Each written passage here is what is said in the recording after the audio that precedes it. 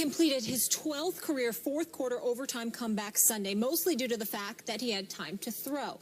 Now, stay with me here. Luck was pressured on 13 of his 22 dropbacks in the first three quarters, including his second interception, but was pressured on just 2 of his 14 fourth-quarter dropbacks. So Luck now has 30 turnovers since the start of the 2014 season, the most in the NFL during that span. Stephen A., are you still as high on Luck? In all fairness and in all honesty, Skip, no, I am not. I still believe that he's a fantastic young quarterback who's got a tremendous amount of promise, and I love his guts. In the fourth quarter alone, what are the numbers here? 11 for 13, 144 yards, 2 touchdowns inside of 59 seconds, thanks to Dwight Lowry's second interception of the game.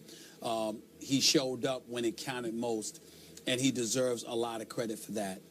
But these turnovers that he continues to make put Indianapolis in a hole. Now, I've been on the record saying on many, many occasions, they need to help him out. They need to protect him better. They need to get guys out of his face. They need to put him in a position where he can stand back there and throw the football like other quarterbacks have the luxury of doing. And by and large, a lot of the mistakes that he's made, being sacked 100 times in his first 3 years in the NFL, although it dissipated over the last 2 years, is still entirely too many. The amount of hits, he's gotten hit more than any quarterback in the NFL. We get all of that.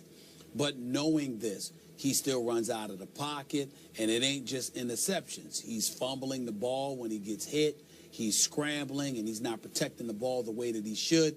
And it seemed over the course of a couple of games this season to have become more of a mental issue as anything else. Sort of praying, Skip, that you don't make those mistakes rather than just playing. The first 3 years that he played in the NFL, I just saw a guy trying to overcompensate and make things happen, leading his team to 3 consecutive 11-5 seasons and advancements in the postseason each year. What I've seen this year thus far, with the exception of that fourth quarter on Sunday against Tennessee, I saw a guy that seems mentally warped, literally afraid of the next mistake he's going to make. Wow. I don't see the same Andrew Luck mentally, and he's going to have to overcome that. He's young. It's no reason to panic or anything like that. I'm just acknowledging that for the first time, I'm seeing things that I did not see before, and that has to change if he's going to be the quarterback I and many others profess to you that he is going to be. So you're conceding a little bit that I wasn't just being a hater when I called it a premature coronation of Andrew Luck, the turnover machine that he has been for the past, really, 4 years. Well, I wouldn't go that far because I just said to you that the things that I'm seeing now I didn't see before. I thought when you were saying that before, you were seeing things you wanted to see. I think right now Andrew Luck has made you a prophet because now the things that you were swearing about, which to me did not exist before, suddenly have come into existence, and I think they're relevant now. Okay, but he did have the second most turnovers in all of pro football to Mark Sanchez when Luck was a rookie. And then that continued into last year when he had the second most turnovers to Jay Cutler, your favorite quarterback. So I'm just reacting to what I see. I still didn't care about any of that. Okay. I didn't care about that. I care about it now because he's got Moncrief with T.Y. Hilton, with Fleener and those boys, and he's got Frank Gore. He didn't have that before. There's no excuse for him doing it now. He was overcompensating in the past. Now he's just messing up. Okay, but he has been held upright a little bit by the fact that he's played in the AFC South, and he's 17-2 against the AFC South. So that's been his buoy so far in pro football, right? Yep. Okay. Buoy, I like that name. Yeah. That was pretty smooth. All right, up next we stay in the AFC, guys. Steve Smith Sr. says the Ravens' D needs to step their game up. How is his team going to react? And these two, we'll get into that coming up.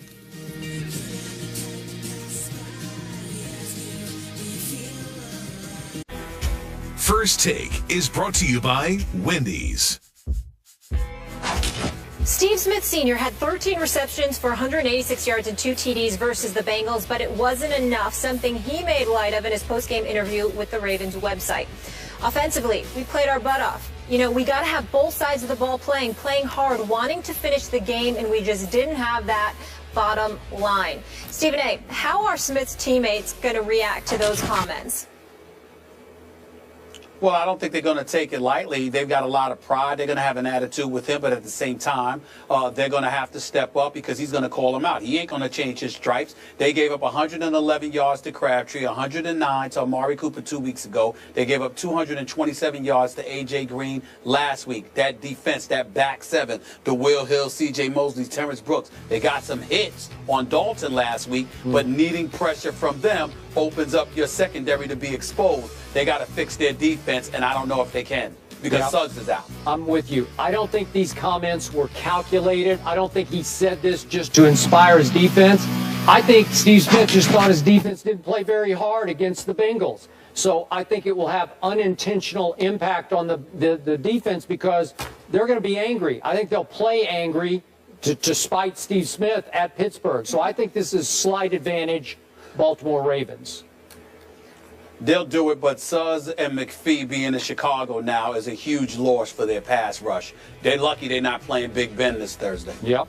Yeah. Flacco versus Vic, that'll be good. Their schedule pretty favorable the rest of the way. Browns, Niners, Cards is tough. Chargers, then Jags, maybe okay. See you guys tomorrow, same time, same place. If you look at their numbers so far this season, they're actually better than that year when they had an undefeated regular season. Now, in case you forgot, that was the year Spygate allegations were swirling. We all know by now. The Patriots are even better when their back is against the wall. It appears they don't just want to win, but win big. With Deflategate in their hindsight, sort of, it looks like something special could potentially happen yet again. It's New England versus everybody. Skip, what are the chances this Patriots team goes 16-0? Molly, Stephen A., I don't want to jinx my Patriots by saying they're going to go 16-0. I'm just going to say it's extremely likely. It's extremely probable they will go 16-0 because the great Tom Brady is on an 07-like mission to show the NFL what he thinks of Deflategate. Deflate this. He's going to deflate every opponent in a row. He's taking it out. He's going psycho Tom on foe after foe after foe. The other day I was talking to the great Jay Feely, a close friend of Tom Brady's, and he said, I'll clean it up a little bit, a ticked off Tom Brady is a thing of beauty. I like that line a lot because it is. It's a thing of beauty, except for those people who have to try to stop him. And a lot of teams are going to have a big problem stopping Tom Brady, including one game on a Sunday night at Indy, October 18th. That's going to be, in Brady's eyes, the dirty rats game. You know, the people who whistle, the whistleblower game for Tom Brady. Do you really think the Colts are going to stop the Patriots that night, even in Indianapolis? I do not think so. I think he will really take it out on Andrew Luck and company that night for turning them in that night, obviously AFC Championship game in Foxborough, which started Deflategate. Then they do have a tricky game against Peyton Manning at Denver. Maybe Peyton's a little, so to speak, ticked off because of what got divulged when all the text messages came out, the emails came out, that Tom Brady took a little shot, a competitive shot at Peyton. Maybe he will rise to that occasion. I don't think so. Even though he's got a defense to back him up this year, Peyton does in Denver.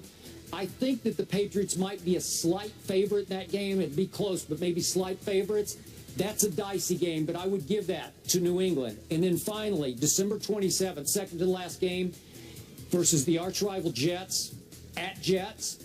That'll be a tough one. It could come down to that. They could be 14-0 at that point. Would you give that to Todd Bowles and Darrelle Revis? I don't know. Not after what we saw, obviously, last Sunday, but I think that'll be a dicey game. So I'm going to say at Denver, at Jets, two possibly losable games, but not likely. So can I envision 16-0 with Tom Brady at the helm, driving this bus? You better believe I can. I can't. I think that the New England Patriots will definitely lose one, likely go 14-2, possibly go 13-3.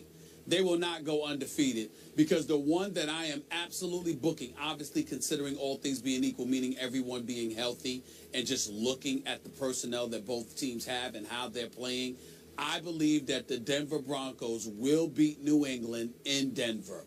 That's the one that I'm not wavering on one bit. The Patriots will lose to the Denver Broncos, so long as all the bodies remain intact and everybody remains healthy, okay? The other two possibilities, I don't consider the Bills to be one of them. I think on the road in New England, I don't believe that the Bills will be able to do it. I think that the Jets have a shot. They'll get annihilated at MetLife Stadium, in New England. But I think at MetLife Stadium on December 27th, I believe the Jets have a chance at winning that game. Yep. And I do believe that the other game that I'm going to look at is I think the Giants have a chance of beating the Patriots on November 15th. I'm surprised you didn't bring that up right away. That's the one I circled for you. Right. I thought you'd go right to that game. I think that the Giants on November 15th, assuming Victor Cruz is back by then, with Odell Beckham Jr. and Ruben Randle, with a guy like Shane Vereen, who has some degree of familiarity, even though we know Bill Belichick's a genius and he knows how to switch things up. Yeah. I think Shane Vereen will be familiar with them to some degree and will be able to school them on at least a few things that the New England Patriots may do that afternoon. I expect that to be a high-scoring contest, but I think the Giants will make just enough plays. I'm still reserving the right to pick that game. I don't know. It depends on what I see from the Giants in the coming weeks. But right now, I would say to you, it's a possibility that New England is going to lose two or three of those games. Denver, at the Jets, and at the Giants. I don't think they'll lose two games at MetLife Stadium, but I definitely believe they'll lose one. You know, now that you remind me, it is possible that Eli Manning would just close his eyes in the last few seconds and just throw it as far as he could, and it would stick in somebody's face mask, and it would change the game. Maybe that would set up the winning field goal. So that's possible. Or is his name Eli Luck? We should change his last name to Luck. No, we shouldn't.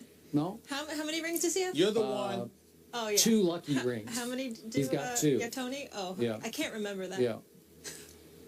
You're the one that sits up there and laments Super Bowl championships based on luck. We don't care. We'll take it any way that we can get it. Well, that's the only way you're going to get it from Tom Brady. Which you are with your teams as well. Yeah. Damn Whatever. right. Yeah. He ain't winning Super Bowl this year.